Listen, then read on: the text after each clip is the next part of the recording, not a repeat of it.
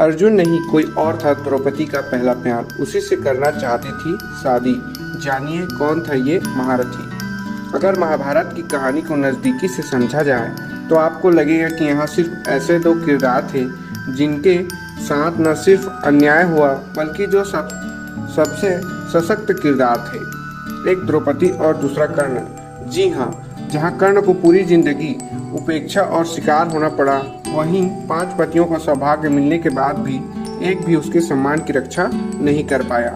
लेकिन आपको जानकर हैरानी होगी कि कर्ण और द्रौपदी को लेकर एक और कहानी है, उनकी प्रेम कहानी। आइए जानते हैं इस वीडियो के माध्यम से। चैनल में नए हैं तो चैनल को सब्सक्राइब करके नोटिफिकेशन बेल को ऑल में सेट करें। जी हाँ, बहुत कम लोग जानते हैं कि कर्ण और द्रौपदी एक दूसरे से आजीवन प्रेम करते थे, लेकिन कभी अभिव्यक्त नहीं कर पाए। हालांकि इन दोनों ने एक दूसरे को महाभारत काल के 2 अध्यायों में अपमान किया था, लेकिन द्रौपदी अपने पति अर्जुन से नहीं बल्कि महारथी कर्ण से शादी करना चाहती थी। लेकिन किस्मत में अर्जुन और उसके 4 भाइयों के साथ शादी करना लिखा हुआ था। आइए जानते हैं दानवीर कर्ण और पांचाली की इस अनकही प्रेम कहानी के बारे में।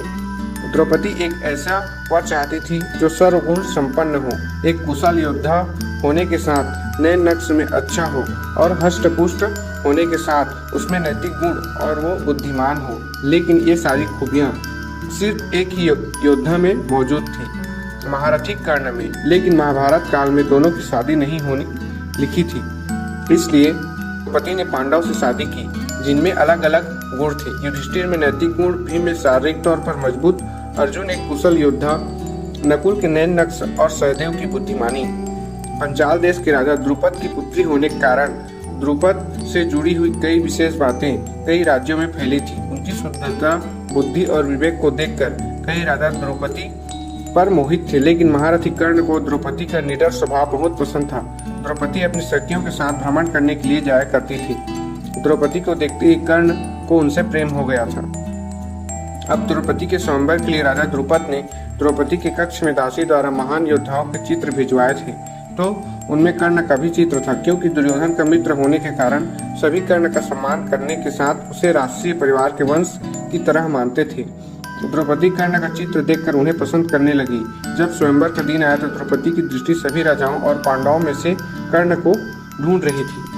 लेकिन जब द्रौपदी को उनके पिता राजा द्रुपद ने भीष्म से प्रतिशोध लेने की प्रतिज्ञा के बारे में पहले ही बता दिया था, साथ ही द्रौपदी ये भी जान चुकी थी कि कर्ण एक शुद्ध पुत्र है और उसका विवाह कर्ण से होता तो वह जीवन भर एक दासी की पत्नी के रूप में पहचानी जाएगी।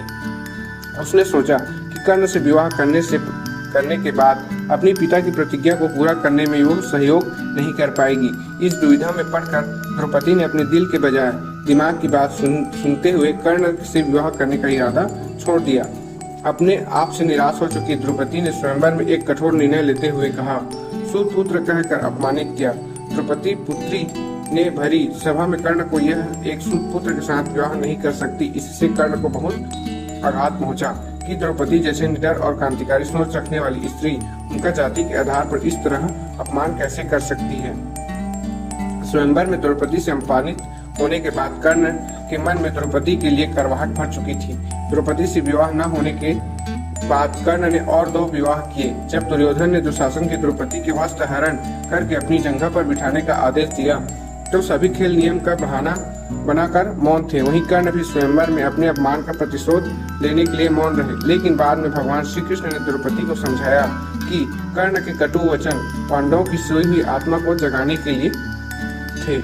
युद्ध के दौरान अर्जुन ने शपथ ली थी कि या तो वह जयद्रथ को मार डालेगा, वह अग्र समाधि ले लेगा। ये द्रोणाचार्य की एक योजना थी ताकि वे जयद्रथ के साथ लड़ने में व्यस्त रहे और वह युधिष्ठिर को पकड़ सके। वहीं भीम को युधिष्ठिर की रक्षा के लिए नियुक्त किया गया था। दुर्योधन ने कर्ण को भीम को वहां से हटने के लिए ललकारने के लिए कहा था। हालांकि इस युद्ध में दोनों के अलग अलग तरह के शस्त्र पारंगत थे, लेकिन किसी तरह कर्ण ने भीम को उलझा रखा था। Thanks for watching, subscribe for more video.